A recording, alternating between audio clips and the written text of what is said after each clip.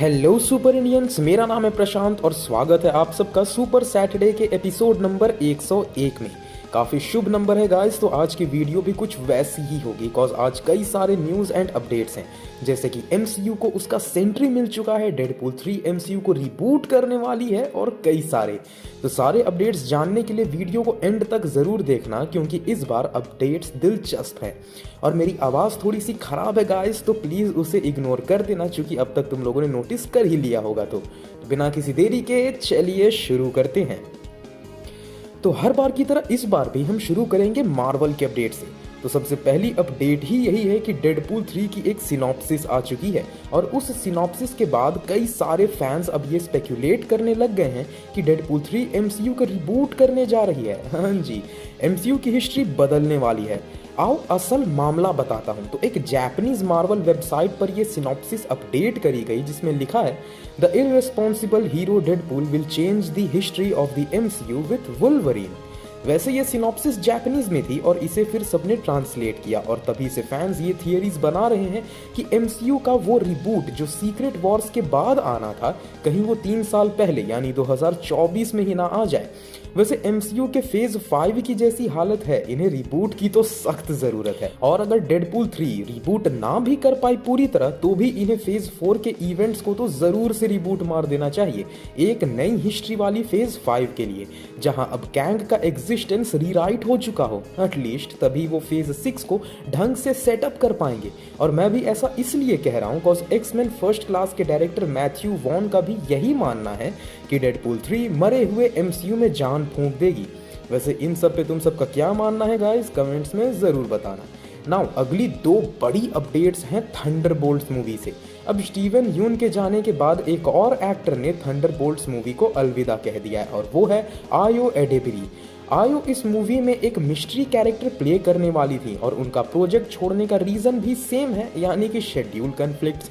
But चिंता नहीं करने का गाइस, नए रिपोर्ट्स के मुताबिक लिविस पुलमैन जो पहले रूमर्ड थे कि थंडरबोल्ट्स में सेंट्री का रोल प्ले कर सकते हैं, वो अब कंफर्म कर दिए गए हैं और आयो की कैरेक्टर का रोल जेराल्डीन विश्वनाथन को दे दिया गया है। और नए रूमर्स के मुताबिक जेराल्डीन सॉन्ग बर्ड का रोल प्ले कर सकती हैं जो कि थंडरबोल्ट्स टीम की one of the founding members में से थी। बट इस बारे में तो हमने पिछले ही सुपर सैटरडे में कहा था गाइस कि सेंट्री की कास्टिंग ऑलमोस्ट कंफर्म हो भी चुकी होगी, बस हमें पता नहीं था। और देखो जस्ट एक हफ्ते बाद न्यूज़ कंफर्म हो भी गई।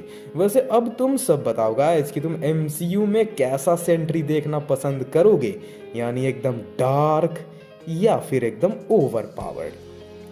अगली अपडेट है डेयरडेविल बॉर्न अगेन से, जिसकी शूटिंग फाइनली शुरू हो चुकी है और सारे सेट फोटोज जो सामने आ रहे हैं उन्हें देखकर हम सब की खुशी बढ़ती जा रही है। बिकॉज पहले कुछ सेट फोटोज आए थे जहां हम फाइनली कैरन और फॉगी को देख सकते थे और इस बार एक सेट इमेज आई है जहां हम देख सकते हैं कि बॉर्न अगेन में सैंड्रिन होल्ट भी होंगी अपने कैरेक्टर वेनेसा फिस्क का रोल प्ले करते हुए। तो भाई बॉर्न अगेन तो नेटफ्लिक्स वाइब दोबारा से लाने वाला है, तो जिसने भी नेटफ्लिक्स वाली डेयरडेविल नहीं देखी है वो अब शुरू कर भी दो। तो मार्वल से तो इतने ही अपडेट्स थे, अब चलते हैं सीधा डीसी के अपडेट्स की तरफ। तो सबसे पहले न्यूज़ हम लेंगे हेनरी कैविल के सुपरमैन से रिलेटेड। हाँ जी, अभी मैथ्यू वॉन की नई मूवी आई है आर्गाइल, जिसमें हेनरी कैविल भी है। इस मूवी के बाद मैथ्यू का मानना है कि वो हेनरी के सुपरमैन के साथ एक मूवी बनाना चाहते हैं जो कि रेड सन स्टोरी लाइन पर बेस्ड होगी। मैथ्यू का मानना है कि रेड सन स्टोरी लाइन में बहुत दम है और वो एक बहुत ज़बरदस्त प्रोजेक्ट हो सकता है डीसी एल्सेवर्ल्ड के लिए। अब रेड सन स्टोरी लाइन में सुपरमैन एक्चुअली में सोवियत रशिया में गिरता है और फिर हमारा हीरो एक हार्डकोर कम्युनिस्ट बन जाता है। तो मेरे ख्याल से तो ये आइडिया वाकई बहुत ज़बरदस्त है। वो इसे ज़्यादा रियल वर्ल्ड से मिला सकते हैं कि अगर कोल्ड वॉर के वक्त सुपरमैन यूएसएसआर के पास होता तो फिर न्यू वर्ल्ड ऑर्डर कितनी भयानक तरीके से बदली हुई होती। इस आउटकम को एक्सप्लोर किया जा सकता है, तो जेम्स गन को इस आइडिया पर ज़रूर ध्यान देना चाहिए। तुम सबका क्या मानना है कमेंट्स में ज़रूर बताना। हमारी अगली अपडेट डीसीयू के सुपर गर्ल से रिलेटेड है। तो हाउस ऑफ द ड्रैगन्स की रेनायरा यानी कि मिली एल्कॉक फाइनली डीसीयू की नई सुपर गर्ल बन चुकी है। हाँ जी, अब ये कंफर्म कर दिया गया है कि मिली ही डीसीयू की वुमेन ऑफ टुमारो है। एंड देखा जाए तो ये कास्टिंग बहुत अच्छी है। एंड मैं तो जेम्स गन के क्रिप्टोनियन प्रेजेंटेशन के लिए बहुत ज़्यादा एक्साइटेड हूँ, कॉज स्नाइडर ने तो क्रिप्टोनियन को जिस तरह दिखाया था वो तो अलग ही गॉडली लेवल पे था, जो कि बहुत तगड़ा वर्क किया था। तो लेट्स सी कि जेम्स गन क्या कमाल दिखाते हैं। अब नेक्स्ट कुछ अपडेट्स सुपरमैन लिगेसी से हैं। तो एक फैन ने जेम्स गन से पूछा कि क्या सुपरमैन लिगेसी में हमें बैटमैन देखने को मिलेगा या नहीं। इस पे जेम्स का कहना रहा कि नहीं, इस मूवी में बैटमैन नहीं दिखेगा, कॉज वो स्क्रिप्ट में नहीं है। जेम्स गन चाहते हैं कि लिगेसी की कास्टिंग वैसे भी बहुत बड़ी है और वो बैटमैन से पहले इन नए कैरेक्टर्स को डीसीयू में इस्टेब्लिश करना चाहते हैं, जो कि एक अच्छा फैसला है। अब सुपरमैन लिगेसी से जुड़ा एक अजीब सा रूमर आजकल चलने लगा है कि लिगेसी के बाद डीसीयू में सुपरमैन का बहुत ही लिमिटेड अपीयरेंस होगा। अब इस पे खुद जेम्स गन ने कह दिया कि इन सब फालतू के अफवाहों को सुनना बंद कर दो, यानी कि सुपरमैन लिगेसी के बाद भी सुपरमैन फेस ऑफ डीसीयू होने वाला है गाइस, तो चिंता मत करना। वहीं आजकल एक नया सवाल उठा सोशल मीडिया पर कि डीसीयू की पहली सुपर हीरो टीम कौन होने वाली है। इस पे जेम्स गन ने सीधा सीधा तो कोई जवाब नहीं दिया, बट उनकी इंस्टाग्राम स्टोरी ने शायद से इसका जवाब दे दिया है, जो कि था एक इमेज जस्टिस लीग इंटरनेशनल का। अब जस्टिस लीग इंटरनेशनल की टीम का तो पता नहीं, बट इस टीम के कई सारे कैरेक्टर्स पहले से ही डीसीयू में कंफर्म कर दिए गए हैं, जैसे कि बैटमैन, बूस्टर गोल्ड, गाय गार्डनर, ब्लू बीटर और मेटामॉर्फो। तो हो सकता है गाइस कि जस्टिस लीग से पहले जस्टिस लीग इंटरनेशनल हमें डीसीयू में देखने को मिल जाए। तो डीसी से तो इतने ही अपडेट्स थे, तो अब चलते हैं कुछ मेजर हॉलीवुड अपडेट्स की तरफ। तो सबसे पहली अपडेट है कि क्वेंटिन टेरांटिनो की 10वीं और उनके करियर की आखिरी मूवी द मूवी क्रिटिक के लिए ब्रैड पिट का नाम सामने आ रहा है। और अगर ब्रैड पिट इस मूवी के लिए आते हैं तो ये इन दोनों की तीसरी मूवी होगी। और ऐसे रिपोर्ट्स आ रहे हैं कि इस मूवी की शूटिंग इस साल के एंड या अगले साल के बिगिनिंग में शुरू हो जाएगी। वहीं इसी वीक आई हेनरी कैविल की अगली movie the ministry of ungentlemanly warfare का ट्रेलर, जहां ये मूवी के इवेंट्स वर्ल्ड वॉर 2 के टाइम के हैं। एक वॉर ड्रामा होने की वजह से हेनरी की ये अच्छी कमबैक हो सकती है उनके एक्टिंग और परफॉर्मेंस वाइज। ये मूवी बेस्ड है एक एक्चुअल सीक्रेट यूनिट के ऊपर जो वर्ल्ड वॉर 2 के वक्त बनाई गई थी ब्रिटेन के तरफ से, ताकि वो नाजी से लड़ सके। इनफैक्ट इयन फ्लेमिंग जो कि जेम्स बॉन्ड नॉवेल्स के राइटर थे, वो खुद इस टॉप सीक्रेट टीम के मेंबर थे। तो मूवी तो सच में इंटरेस्टिंग लग रही है गाइस।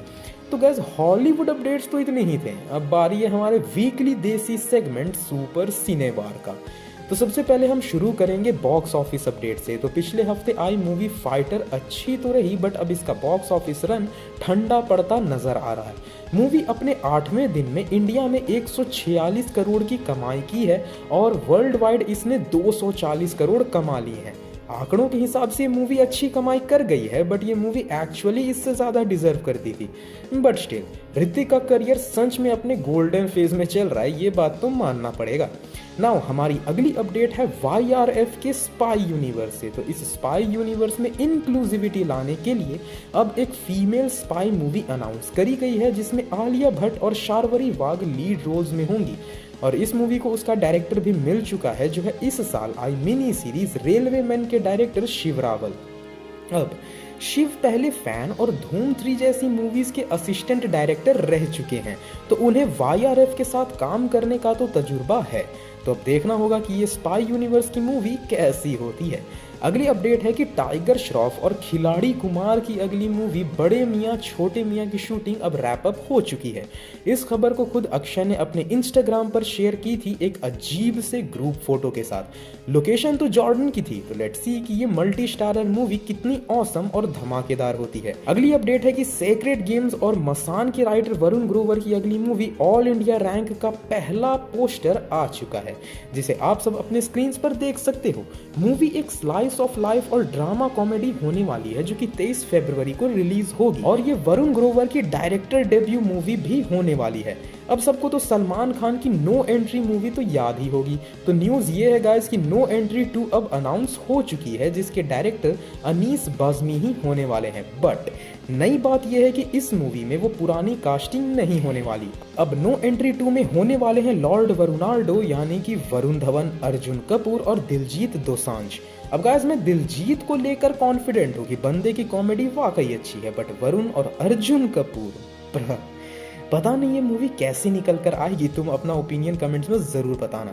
तो गाइस अब बारी है हमारे weekly gaming segment gamers gadget का, और हमारी पहली अपडेट ही कॉल ऑफ ड्यूटी से है। तो Call of Duty Modern Warfare 3 का सीजन 2 और Call of Duty Warzone finally 7 फरवरी को लॉन्च होने वाली है।